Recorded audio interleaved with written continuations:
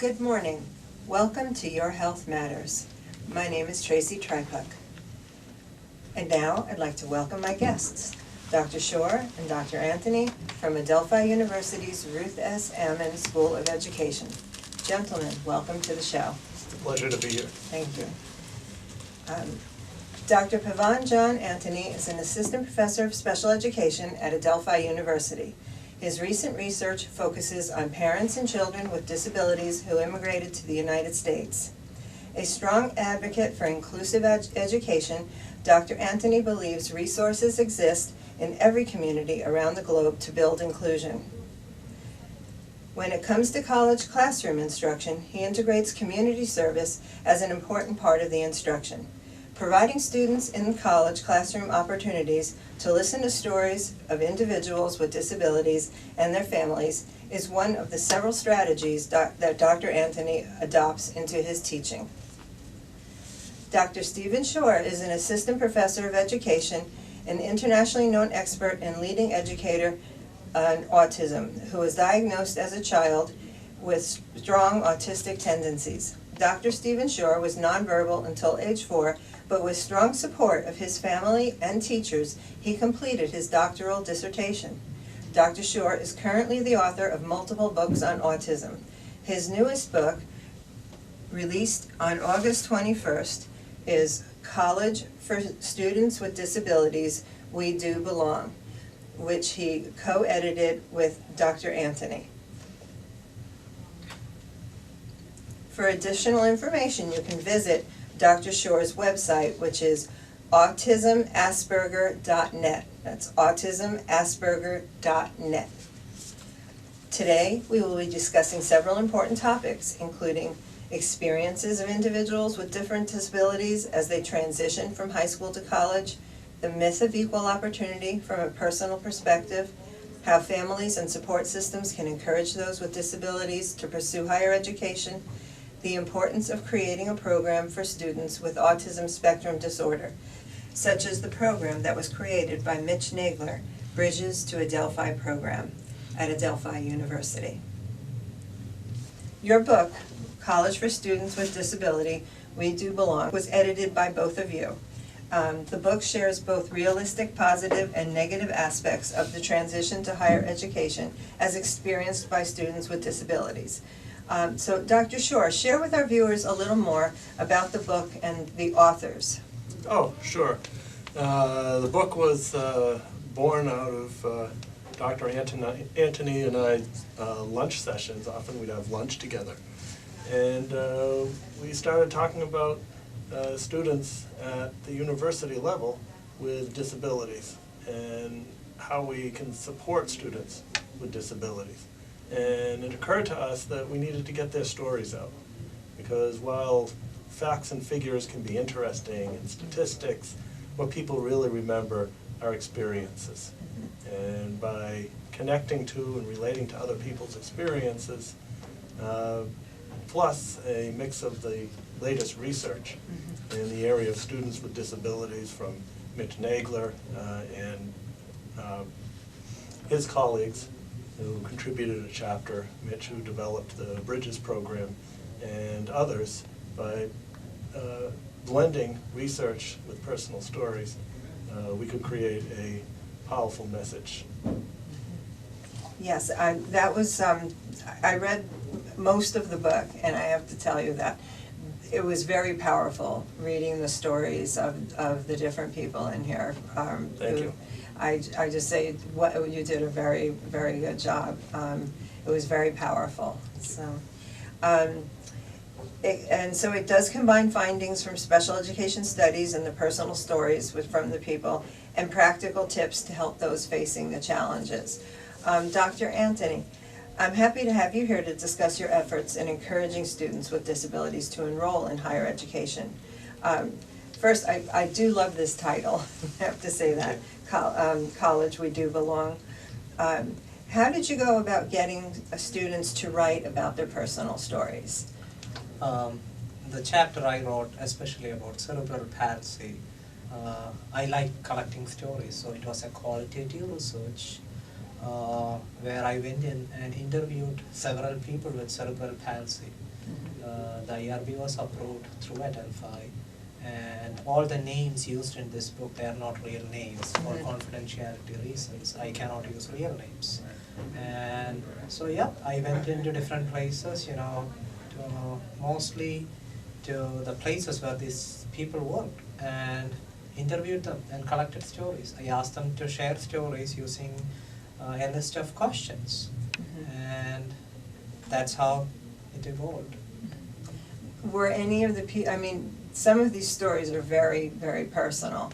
Were any of the students that you interviewed, were any of them hesitant at all to share their stories? In fact, they were more than happy to share their stories.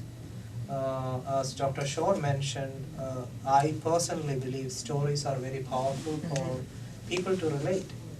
For example, there are case studies where a student, it took 16 years to complete college.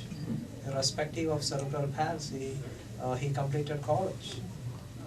So there are also many other stories included in the book that discusses the challenges they faced while going through college, but they were successful in earning a college degree. That student that you mentioned, that story was very, it was very touching, hit an emotional chord. You can see the name that you used in the book for that person was Hardy. He had such perseverance, and he did, as you mentioned, he gained his college degree after 16 years. And I think these are the kinds of stories that people can really, you know, start to understand what some of the struggles and obstacles that there are out there for students with disabilities when they're in college. And there was another person that was in that same chapter, Mick, who had spastic cerebral palsy. That's right. And we'll speak about him when we come back after this first break. We'll be right back. We're speaking with Dr. Shore and Dr. Antony from Adelphi University, and we'll take a quick commercial break.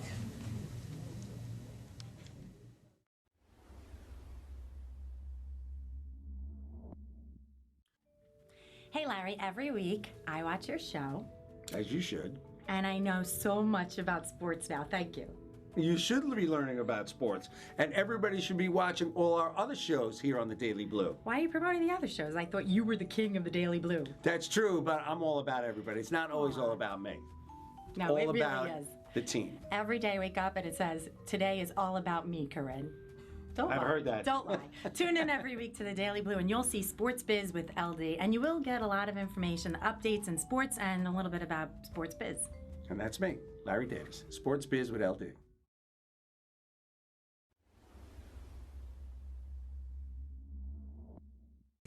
And welcome back to Your Health Matters. We're here with Dr. Shore and Dr. Antony from Adelphi University. We're discussing their book, College for Students with Disabilities. We Do Belong. Dr. Antony, unfortunately, we won't be able to discuss everything in the book. Your ideology is based upon the philosophy that all voices need to be heard. Can you expound on that, please? Definitely. For example, some of the stories mentioned in this book talks about the real experiences, the real challenges students faced on a daily basis. Getting up from home early in the morning, taking 4 to 5 hours to dress up, getting to college classroom, attending classes. Professors, people, parents, they need to realize people with disabilities like cerebral palsy, only part of their brain is damaged. They can take classes, attend all the college classes, do anything that all other typically developing people do on a daily basis, and earn a college degree.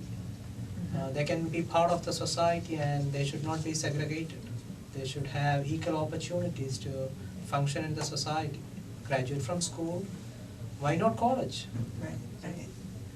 And I think it's important, I mean, if you want to expound a little more, for people who have never had a friend or known someone who is disabled to understand that it is just every day getting up and getting ready is a struggle just to get out, as you said, to get out the door, to get to class. So by the time they get to school, then they have new challenges to meet. And we were discussing earlier that oftentimes it was related in the book by several of the authors, that once they get to school, that was a challenge because they didn't know where disability services was, or they weren't aware of disability services. So that posed a challenge as far as knowing where the wheelchair ramps were, or what other services were available as far as having assistance with professors if they needed to turn in a paper late, or with their personal aid. Could you discuss that? Would you like to take this one, Dr. Shore? Sure. It's as we look at providing equal opportunity, I believe that it starts with awareness. I think of it as the 3 A's, and that is awareness of people with differences, people with disabilities. And from that awareness comes an acceptance in the truest form. And that is, okay, this is different, let's see what we can do to help that individual. And as Dr. Antony mentioned a little bit earlier, for example, with cerebral palsy, there may be a part of the brain that is affected, but in terms of academics,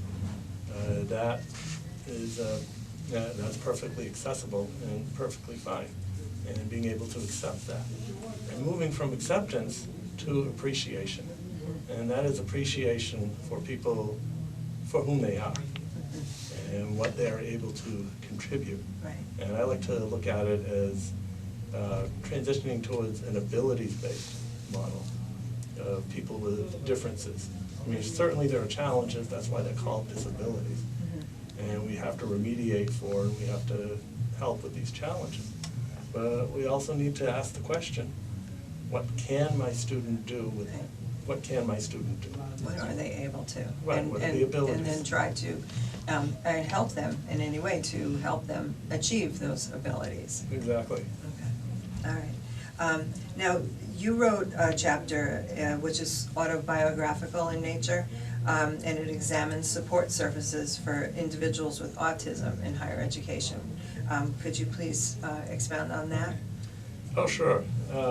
As was mentioned in the introduction, I was diagnosed with autism at 2.5, was nonverbal, and was a pretty severely affected child on the autism spectrum. And fortunately, my parents refuted the professional recommendations for institutionalization, and like we see so many parents today, they advocated on my behalf, convincing the school to take me in about a year. And it was during that year that they implemented what we would today refer to as an intensive home-based early intervention program. And this was at a time when the concept of early intervention didn't even exist. So with the work that they did, speech began to return at age 4. I entered the special school, I got reevaluated. Instead of being considered as psychotic and ready for an institution, I got upgraded to neurotic, so things were looking better in the work. Things were looking better. Moving on, grade school, things were difficult at first.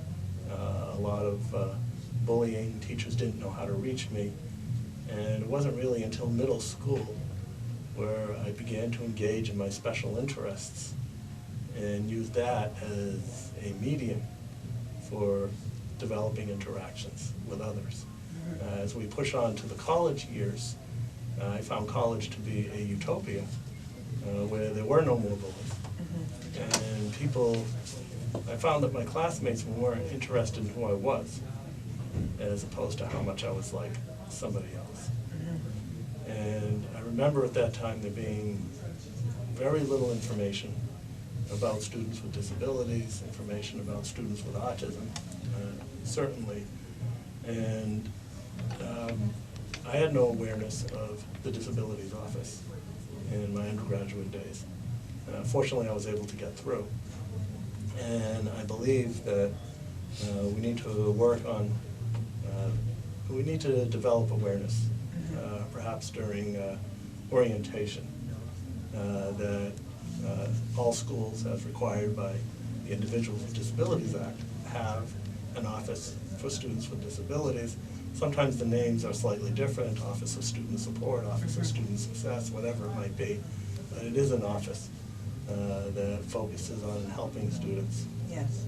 achieve equal access to their education as everybody else. I remember, to just quickly interject, one of the students wrote that they, in the college that they went to, there was an office for students with disabilities, but all of the people that worked there were people that didn't have any disabilities, and they felt that the people that were working there didn't really understand what their needs were. And Right. that they had wished that they had hired some people that had disabilities so they could understand exactly what, their needs were. And that was just one of the, one of the writings in the book, that, and I could understand that they wanted people that could actually understand what it was that their, requirements, their needs were to get through, school. So I could definitely understand that. That was a large part of the reason that drove us to seek stories, to seek experiences. There's certainly a lot of book knowledge available on people with differences, people with disabilities, how to provide accommodations, statistics, but to get the story from someone who's lived it, and to ask for suggestions from these authors as to what was most helpful, I think creates a much more powerful message. Yes, lived knowledge can definitely Mm. help in trying to improve upon these areas that are so important in daily life. And you brought up a very good point. When we make decision for people with disabilities, it could be very different than when that same decision is made by a person with disability. A person, yeah. We'll let you finish that up after we take this quick break. We'll be right back with Drs. Shore and Drs. Antony from Adelphi University after this quick break. Hello everyone, I'm Corinne Murphy-Caro, and I'm the founder of TheDailyBlue.com. The Daily Blue is all about spreading positive news about Long Islanders, and we want to hear from you. Tell us your stories. Our show hosts are waiting to hear from you. Sponsor an ad or advertise with us. Call us now, 631-761-9223. And we're back on Your Health Matters with our guest, Dr. Shore, Dr. Antony from Adelphi University. Dr. Antony, you also wrote a chapter in the book that was authored by several students. Would you like to briefly share about some of the experiences in your chapter? I know we briefly mentioned earlier about Hardy, who had gained a college degree, but there was also another student, Mick, and the thing that I'd like to discuss now is transition plans. And I know that it's difficult sometimes for students to get transition plans from high school to college, and that is a very important part of trying to have a successful transition from high school to college. And there was one student named Mick who actually wrote his own transition plan. So you could discuss that, please? Sure. Mick is a very interesting case study. Mick has multiple and severe cerebral palsy. He was told by his guidance counselor that he can never make it to college because he cannot wipe his back, or he has severe challenges dressing up, putting his buttons on. So the guidance counselor told him he cannot make it to college. So what he did, he went back home, he wrote his own transition plan, came back to the school, gave it to the guidance counselor and said, this is what I'm going to do. If you look into the many of the case studies discussed in this book, most of the high school professionals, guidance counselors, teachers, thought some of the students cannot make it to college. While you could read through the book and learn that they successfully completed college. As mentioned at the beginning, for one student it was 16 years. It took 16 years to complete college, but he did it. Same thing with Mike. He earned his college degree irrespective of his challenges he faced in college. I have a few other case studies that's mentioned in the book that talks about the daily challenges they had, the lack of motivation from school professionals. When they graduated from high school, they were told, no, they cannot make it to college. But most of them, the family motivated them. The siblings, people with disabilities who had siblings who went to college. Wow, I have a sister or a brother going to college. Why not me? So it was their personal motivation, family and friends. And I think as professionals, experts, when we make decisions for people with disabilities, it would be always good to sit with these students, talk to them. Okay, what are their strengths? As Dr. Shore mentioned earlier, treating students with disabilities from a strengths-based perspective. Look at their strengths. Ask them, oh, would you like to go to college? Sure, great. How can we do it? How can we make things happen? How can we help you? I'm going to hold this book up again one more time. College for Students with Disabilities, We Do Belong. This book is excellent for, it's not just for college students, it's for parents, it's for social workers, it's for college teachers, the high school, who's a person, the guidance counselors, sorry about that. It's for professors, it's for families, it's for anyone who wants to try to assist someone with a disability to go to college, because it's just filled with a lot of information that will help in that process. And it's for anyone who even knows somebody who has disabilities. It's very eye-opening. It's an excellent book, and I applaud you both on that. The book discusses many disabilities, including cerebral palsy, autism spectrum disorder, ADHD, intellectual disabilities such as Down syndrome or Fragile X, learning disabilities, the myth of equal opportunity, a personal perspective, creating a strong college program, disability and family, and building inclusive campuses. Dr. Antony, if I may, can you discuss the myth of equal opportunity? From some of the personal accounts that I read, those with disabilities still express a desire to feel equal, that they do belong, and they still feel that they're not quite there yet. It goes back to the same comment Dr. Shore made earlier, looking from a strength-based perspective. Do I fit it? If I use as a wheelchair, an example, most of these people when they go to college, they walk in with a PCA, personal care assistant. And a professor or a student, instead of talking to the person with disability, they start talking to the PCA instead of directly talking to the person with a disability. Because a person with disability might use an assistive device or might take time to respond to the questions. So a person without a disability want quick answers. So do they fit in? So, Dr. Shaw, would you like to make any comment on? Yeah, certainly. And that is, again, the idea of the strength-based approach. What can the person do? Talking to the person directly. I know that there are some situations where professors might wonder, why are there two people doing the work of one? And it's important for all of us to realize that the PCA is there to help with the disabling effects of the person's condition, not with the academic material. Right. Another theme which Dr. Antony mentioned, and relating to the students who are told you'll never be college material, but they do go to college, is that we're pretty poor at prognosis. I've seen so many situations, whether it's someone writes off a small child as being too severely affected and never amounting to anything, to people being discouraged from college. And I think what that tells us is, again, we need to focus on what can the person do. And it's our moral and ethical duty to provide all the opportunities we can.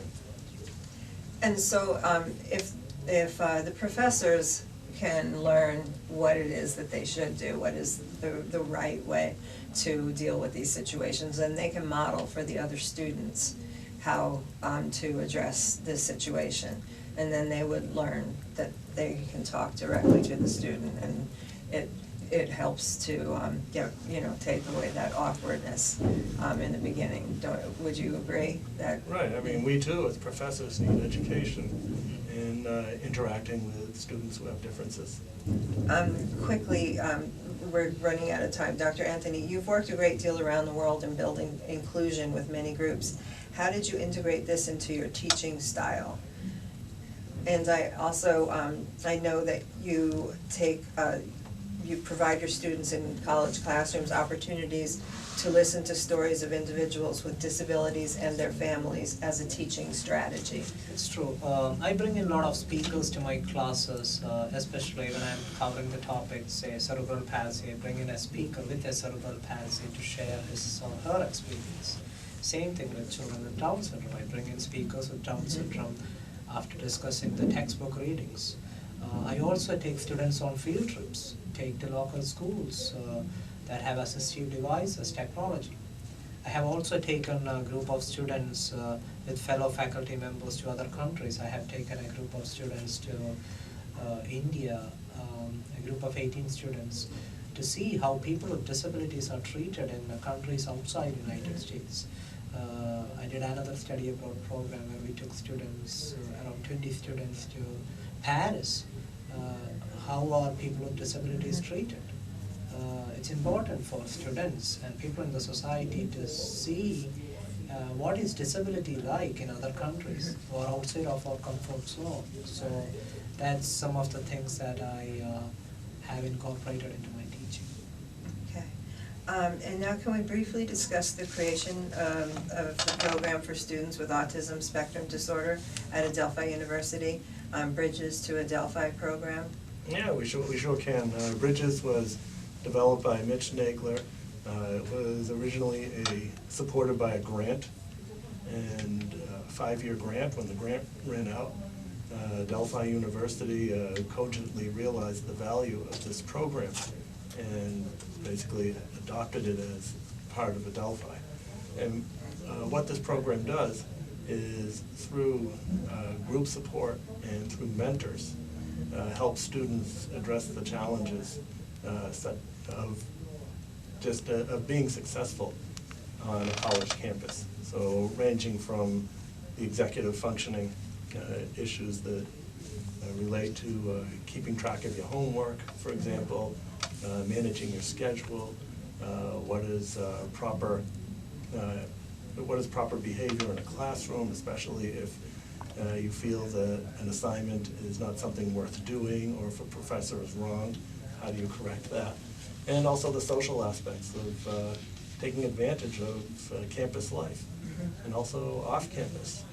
And I remember the first day I started, I met a student who I just knew, I guess it takes one to know, and I knew he had Asperger's syndrome.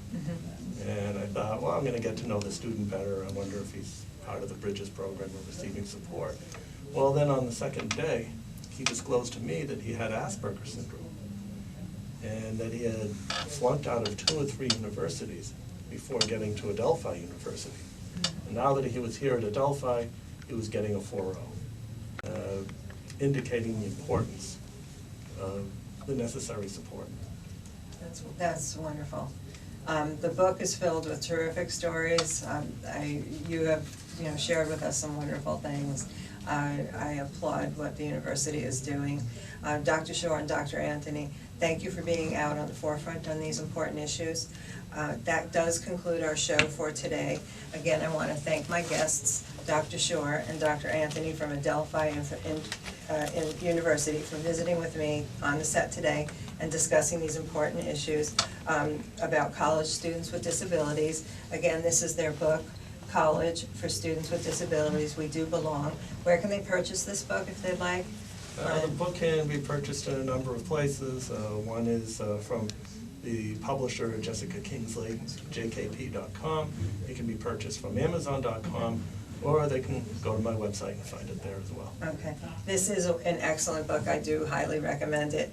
And also for more information about autism and Asperger syndrome, please see Dr. Shore's website, autismasperger.net. And for information about college programs for students with disabilities, including Adelphi University's award-winning Bridges to Adelphi program, please visit adelphi.edu and you can do a search for the Bridges program. Please join me next week when my guest will be Dr. Veriglio from Adelphi University. We will discuss childhood obesity. Have a safe and healthy day.